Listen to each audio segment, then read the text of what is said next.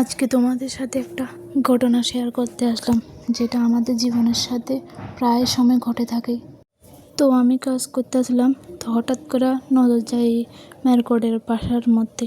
তো আমি দেখি যে মেরকোটের বাসার মধ্যে একটা প্রজাপতি আটকে রয়েছে। এটা জান প্রাণ চেষ্টা করে ইন থেকে ছুটবে, কিন্তু এটা ফাইতে আসছিল না ইন থেকে ছুটবে। তারপরে আমি দেখে মাত্র একটা বাঁশ লইয়া এটারে ইন থেকে ফাইরা আনছি।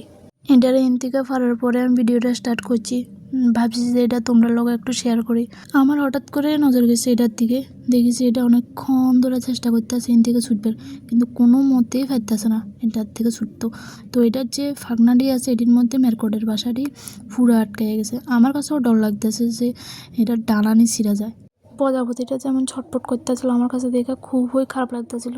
তো এটা দেখার পর আমিও রিয়েলাইজ করলাম যে আমরা লাইফেও এমন এমন ঘটনা ঘটে, এমন এমন জায়গায় যায়া পৌঁছাই যে থেকে বাইরে খুবই মুশকিল। কিন্তু চেষ্টা করতে হইব, চেষ্টা করলেই সাফল্য অর্জন করা যায়।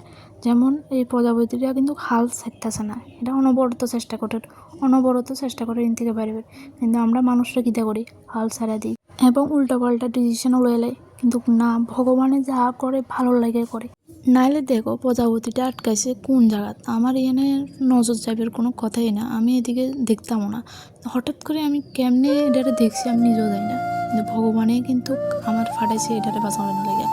কিন্তু এটা দেখলে ভাবিও না যে তুমি তোমার লাইফে প্রবলেম হইতেছে তোমারে কেউ আয়া বাঁচাইব, কিন্তু না, আমরা প্রবলেম আমরারে সলভ করতে হইব। কেউ আইতো না তোমার বাঁচাইবার লেগা, তোমার নিজের প্রবলেম নিজেই সলভ করতে হইব। চেষ্টা করলে সাফল্য অর্জন করা যায়।